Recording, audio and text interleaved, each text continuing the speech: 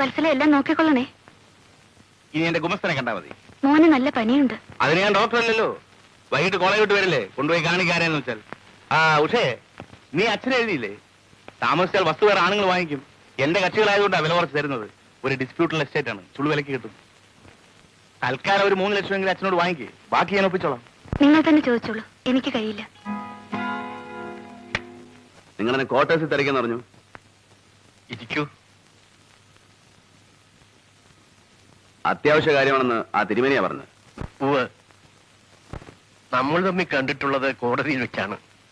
പിന്നെ ഇന്നലെ ഇവിടത്തെ ബഹളത്തിനിടയ്ക്ക് ഒന്നും ചോദിക്കാൻ പറ്റിയില്ല. പറയൂ, എന്താ വേണ്ടത്? മടിക്കണ്ട, എന്നാൽ കഴിയുന്ന എന്ത് സഹായവും. അച്ഛാ, എന്തിനാ മനുഷ്യരോടെ കയറ്റിയത്? മിസ്റ്റർ നമ്പൂതിരി, ഞാൻ പോകുന്നു. അവൾ പറഞ്ഞ കാര്യമാക്കരുത്. ഇതുവരെ ഞാൻ അനുഭവിച്ച വേദനയിലധികം ദൈവം ഒരാൾക്കും കൊടുക്കില്ലെന്ന് കരുതിയവളാ ഞാൻ. പിന്നെയും ഏതൊരു മനുഷ്യനെ ഞാൻ കൂടുതൽ വെറുത്തുവോ എന്നും അയാളുടെ മുഖം തന്നെ കാണേണ്ട ഗതികേടാണ് എനിക്ക് വിധിച്ചത്. മോളെ കൊണ്ട് പറയിപ്പിക്കാനാണ് എന്നത്രയ്ക്ക് അങ്ങോട്ട് വന്നത്. ക്ഷമിക്കണം സാർ, മുണ്ടരുത്. എന്നെ അനുസരിക്കില്ലെന്നായോ നീ? എനിക്ക് പറ്റൂ സാർ. ഞാനൊരു സഹായം ചോദിക്കുകയായിരുന്നു. വേദജ്ഞർ കൽപ്പിച്ച കർമാനുഷ്ഠാനങ്ങളിൽ വിശ്വസിക്കുന്നവനാണ് ഞാൻ. ഋത്തുക്കായിട്ടല്ല, ഒരു സാധു ബ്രാഹ്മണനായിട്ട്. പറഞ്ഞാൽ ദേഹി ഒടിഞ്ഞ ദേഹത്തെ എങ്ങനെയും നശിപ്പിക്കാം. ജഡത്തിന് അരണി കടഞ്ഞ ആളിച്ച അഗ്നിയും അടുമരം കത്തിച്ച തീയും ഈ മണ്ണും തീർത്ഥവും ചളിക്കുണ്ടും ഒക്കെ ഒരുപോലെയാണ്. എന്നാൽ ദേഹം വെടിഞ്ഞ ആത്മാവിന് മുക്തി നേടാൻ ഇഹത്തിൽ ജീവിച്ചിരിക്കുന്നവർ കർമ്മങ്ങൾ ചെയ്യണം. ഈ സാധു ബ്രാഹ്മണൻ സാറിനോട് യാചിക്കുന്ന ഭിക്ഷ അതാണ്. എന്റെ മകന്റെ ആത്മാവ് ഗതി കിട്ടാതെ അറിയാതിരിക്കാൻ അന്ത്യകർമ്മങ്ങൾ ചെയ്യണം. പറയൂ സാർ, എവിടെയാണ് അവന്റെ ദേഹം നശിപ്പിച്ചത്? എനിക്കറിയില്ല. എവിടെയാണ് അവന്റെ അവശിഷ്ടങ്ങളുള്ളത്? ഒരു കരുണ അസ്ഥിയോ ഒരു തുള്ളി ചാരുമോ തരും? എന്നോട് ചോദിക്കരുത്. ഇല്ലെങ്കിൽ ഈ മുട്ടന്റെ ശാപം തനിക്ക് കേൾക്കും. താനും തന്റെ കുടുംബവും മുടിയും. ഇയാളൊരു പുല്ല് എനിക്ക് നൽകില്ല. അവനെ ചുട്ടതും കരിച്ചതും കയത്തിൽ കെട്ടി താഴ്ത്തതും ഞാനല്ല.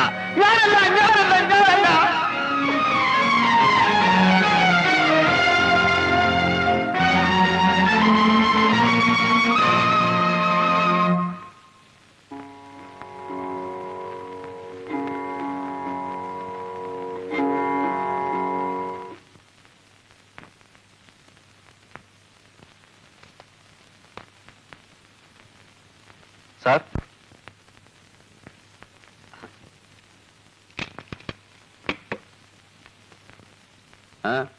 ഞാൻ ശ്രീനി. മനസ്സിലായി? വിപ്ലവ പാർട്ടിയല്ലേ? ഇരിക്കും. ഇപ്പോ സ്പെഷ്യൽ കറസ്പോണ്ടന്റ് ആണ് പ്രതാപം കലാവാരികയുടെ. കലാവാരികയോ? കലയേക്കാൾ കൊലയുമായിട്ടല്ലേ തനിക്ക് കൂടുതൽ ബന്ധം? ഒരു പാവം പോലീസുകാരനെ വെട്ടിക്കുന്ന ആ ചോരയിൽ കൈമുക്കി ചുവരിൽ പതിപ്പിച്ചവനല്ലേ നീ? ആ കാര്യം ഓർമ്മിപ്പിക്കരുത് സാർ. ഞാൻ ആ പ്രസ്ഥാനം വിട്ടു. പിന്നെന്താ ഇങ്ങോട്ട് വന്നത്? വാരികയിൽ തുടർച്ചയായി എന്റെ ഒരു ഫീച്ചർ ആരംഭിച്ചിട്ടുണ്ട്. തടവുകാരുടെ അവശത, ജയിൽ പരിഷ്കരണം. അത് ആവശ്യമാണ്. പ്രത്യേകിച്ച് തന്നെ പോലെ കൊല്ലും കൊലയും നടത്തി അവിടെ ചെല്ലുന്നവർക്ക് പൊറുക്കാൻ ജയിലിൽ സൗകര്യങ്ങൾ കുറവാണ്. ജയിലിൽ ഈ സുഖം പോരടോ. സാർ എന്തായി പറയുന്നത്?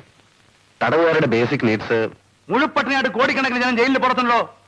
വയറു നിറച്ച ആഹാരം, കിടന്നുറങ്ങാൻ ഉറപ്പുള്ള കെട്ടിടം, കറണ്ട്, റേഡിയോ, പിന്നെ എന്തൊക്കെ വേണം ജയിലില്?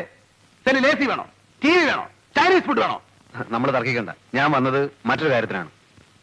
പറയണം. സത്യരാജ് എന്ന പുള്ളിയെ 2 തവണ അറസ്റ്റ് ചെയ്ത ആളാണല്ലോ സാറ്. ആ പുള്ളിയെ കുറിച്ച് എനിക്ക് ചില കാര്യങ്ങൾ അറിയണം. ദിവസവും പത്രങ്ങളിൽ അടിച്ചു വരുന്നുണ്ടല്ലോ അവൻ ചെയ്ത കൊലയും വീര സാഹസങ്ങളും ഒക്കെ. നാട്ടുകാരുടെ ഹീറോ ഇപ്പൊ സത്യരാജ് അല്ലേ? കറക്റ്റ്. എന്റെ അറ്റംപ്റ്റ് ന്യൂസ് കോളത്തിനല്ല, പുസ്തക രൂപത്തിൽ അവന്റെ life, I mean A biography. ജനം വായിച്ചു പഠിക്കട്ടെ അല്ലേ? നല്ല മാറ്റർ വേണം. അതിന് സാറിന്റെ ഒരു സഹായം എന്നോടോ. കൊള്ളയും കൊലയും ബലാത്സംഗവും നടത്തി ജീവിച്ച ഒരു നാരിയുടെ രോമം മടിക്കാൻ തനിക്ക് ഞാൻ കത്തി വെച്ചാണ്. അല്ല, ഇയാൾ ചൂടാവാ പട്ടി. മിസ്റ്റർ ഒരു പത്രപ്രവർത്തകൻ അപമാനിച്ചു. നീ എന്തോ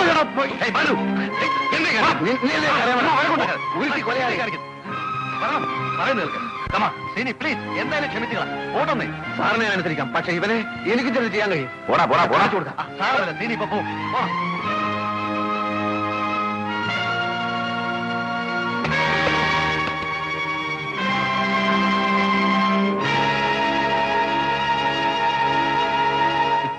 എന്തിനാടോ ആ പാവത്തിന്? തനിക്ക് വേറെ ഇരയൊന്നും കിട്ടിയില്ലേ? എനിക്കൊരു മറ്റേ വർത്താൻ പറയത്. പാവം കൊള്ള റാസ്കല് വന്നിരിക്കുന്നു. Indian jails where money opens door. വായിച്ചില്ലേ? ഈ ജയിലിന്റെ വാല് തുറക്കാൻ പണം വേണം. എന്റെ ജീവചരിത്രം തന്റെ നക്കാപ്പിച്ച പത്രത്തിൽ വന്നാൽ അത് കിട്ടില്ല. സാറിനെ കാണാൻ വക്കീൽ വന്നിരിക്കുന്നു. എടോ, ഇവൻ ആ കുട്ടനെ കാണിച്ചു കൊടുക്കും. വരൂ.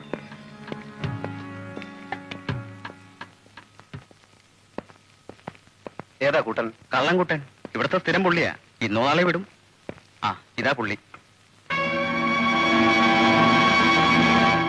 ഇതിനകത്ത് കാണേണ്ടവരെ വേണ്ടതുപോലെ കണ്ട് എല്ലാ ഏർപ്പാടുകളും ചെയ്തിട്ടുണ്ട്. ഇനി അത് പോരാതെ വരികയാണെങ്കിൽ ലിക്കറോ ഫുഡോ എന്താ എന്നെ ഇവിടെ സ്ഥിരമായി താമസിപ്പിക്കാനാണോ ഉദ്ദേശം? എടോ വക്കീലേ, ഒരു കൊലക്കേസിനെ ഞാൻ ഒഴിവായിട്ടുള്ളൂ. വേറെയും കിടക്കുന്നു, ബോംബെയിലും തിരുവനന്തപുരത്തും കാസർഗോട്ടും ഒക്കെ. പിന്നെ എനിക്കറിയാം. അറിയില്ല എന്നെ ഇവിടുന്ന് എപ്പോഴാ മാറ്റുന്നതെന്ന്. അതിനിടയ്ക്ക് ഞാനിവിടെ രക്ഷപ്പെട്ടില്ലെങ്കിൽ എന്റെ കഴുത്തിന് കയറ് വീഴും. എല്ലാം ശരിപ്പെടുത്താമെന്നേ. ഇല്ലെങ്കിൽ എന്നെ ഇവിടെ വരുത്തിച്ച യോഗ്യന്മാരെ ഞാൻ ഇവിടെ വരുത്തും. വിസിറ്റേഴ്സ് ആയിട്ടല്ല, തടവുകാരായിട്ട്. അതിനു വേണ്ട തെളിവുകൾ എന്തെങ്കിലും ഉണ്ട്? പതുക്കെ. സൂപ്രണ്ട് മറ്റും അപ്പുറത്തുണ്ട്. അവന്മാരെ കൊണ്ട് എന്റെ വായടപ്പിക്കാൻ നോക്കുകയാണോ? അങ്ങനെ വല്ല പ്ലാനും ഉണ്ടെങ്കിൽ ഞാൻ നേരത്തെ പറയാം. എന്റെ ശവം ചൂടാറും മുമ്പ് എല്ലാ തെളിവുകളും എത്തേണ്ടിടത്ത് എത്തും. അതിനുള്ള ഏർപ്പാട് ഞാൻ ചെയ്തിട്ടുണ്ട്. സിമന്റ് കച്ചവടത്തിന്റെ മാത്രമല്ല, അവന്മാർ ചെയ്തിട്ടുള്ള പൊന്നും വെള്ളിയും സ്പിരിറ്റും ഡ്രഗ്സും. അങ്ങനെയൊന്നും സംഭവിക്കില്ല സത്യരാജ്. ഞാൻ ഏറ്റു. എങ്കിലും എന്നെ പുറത്തു കിടത്തും, എത്രയും വേഗം. സർക്കിൾ ഇൻസ്പെക്ടർ ബൽറാമിന്റെ മർദ്ദനം തുടരുന്നു. ഫറൂഖ് അഴിഞ്ഞലം ഭാഗത്ത് നിന്നാണ് 25-കാരനായ കുട്ടൻ എന്ന യുവാവിനെ ഈ CI കസ്റ്റഡിയിലെടുത്തത്. വായിക്കണോ? കേൾക്കട്ടെ, എന്നെ പറ്റില്ലേ? അടിച്ചും ഇടിച്ചും കുട്ടനെ കൊണ്ട് കുറ്റം സമ്മതിപ്പിക്കുകയാണത്രേ ഉണ്ടായത്. ഈ ബൽറാമിന് നാട്ടുകാർ നൽകിയ ഓമന പേരാണ്. എന്താ നിർത്തിക്കളഞ്ഞ? സാർ, ഒരു സംശയം. സാറിന് വായിച്ചാൽ ഇഷ്ടപ്പെടുവാവോ? ഓമന പേരാണ് കരടി ബാലു എന്ന്.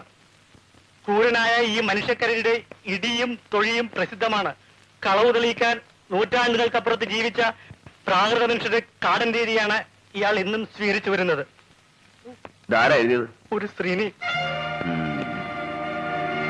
ജയിലിൽ നിന്നവനെ പുറത്ത് ചാരിക്കാനല്ല പ്രയാസം. ഈ നാട്ടിൽ നിന്നവനെ കടത്തിവിടണ്ടേ? കഴിഞ്ഞ തവണ പറ്റിയ അബദ്ധം ഓർമ്മയുണ്ടല്ലോ. ഇനിയും താമസിച്ച കുഴപ്പമാണ്. മറ്റു കേസുകളിൽ നിന്ന് സത്യരാജനെ രക്ഷപ്പെടുത്താൻ നമുക്ക് കഴിയില്ല. ബോംബെക്കോ മറ്റോ കൊണ്ടുപോയാൽ പിന്നെ അപ്പൊ എന്ത് ചെയ്യും വിൻസെന്റ്? അവനെ ഉടനെ ജയിലിൽ നിന്ന് പുറത്ത് അടിക്കണം. ബാക്കി കാര്യങ്ങൾ നമുക്ക് പിന്നെ ആലോചിക്കാവുന്നേ. ആദ്യം അതാലോചിക്കണം മിസ്റ്റർ. പുറത്തു വന്നാൽ ഉടനെ അവനെ പുറം രാജ്യത്തേക്ക് അയക്കാൻ ഒക്കുമോ? ഷിപ്പിലായാലും പ്ലെയിനിലായാലും സൂക്ഷിച്ചു വേണം ചെയ്യാൻ. പ്രോപ്പറായി പ്ലാൻ ചെയ്യാതെ പറ്റില്ല. അതുവരെ സത്യരാജനെ എവിടെ താമസിപ്പിക്കും? അതെനിക്കറിയില്ല. നിങ്ങൾ എങ്ങനെ ഒഴിഞ്ഞു മാറരുത് മിസ്റ്റർ ജയചന്ദ്രൻ. നമുക്കിടയിൽ വക്കീലും കക്ഷിയും തമ്മിലുള്ള ബന്ധം മാത്രമാണ് ഉള്ളത്. ആണോ? പോലീസിന്റെ കണ്ണിൽപ്പെടാത്ത ഒരിടം കണ്ടുപിടിക്കും. മറ്റുള്ളവർക്ക് സംശയം തോന്നാത്ത ഒരു സ്ഥലം.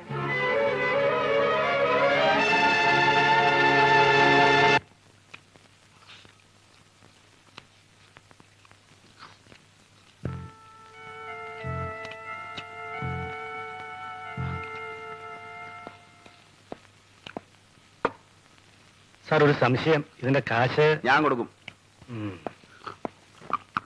മുഴുവൻ കഴിക്കേ. ഇനി വയ്യ സാർ. എന്നാ എനിക്ക് കാര്യം പറയാം. മിസ്റ്റർ കുട്ടൻ എന്നാ ജയിലിൽ നിന്ന് ഇറങ്ങിയത്? ഇന്നലെ. ഇയാളുടെ വീട്ടിൽ ഇന്നലെ കളവ് നടന്നിരിക്കുന്നു. ഒരു ക്യാമറയും പിന്നത്തെ കടം, എന്റെ വാച്ച്, ടേപ്പ് റെക്കോർഡറും പിന്നെ അതെ. മിസ്റ്റർ കുട്ടൻ, നിങ്ങൾ ഇന്നലെ അവിടെ ജയിലനുഭവം പറയാൻ പോയിരുന്നു.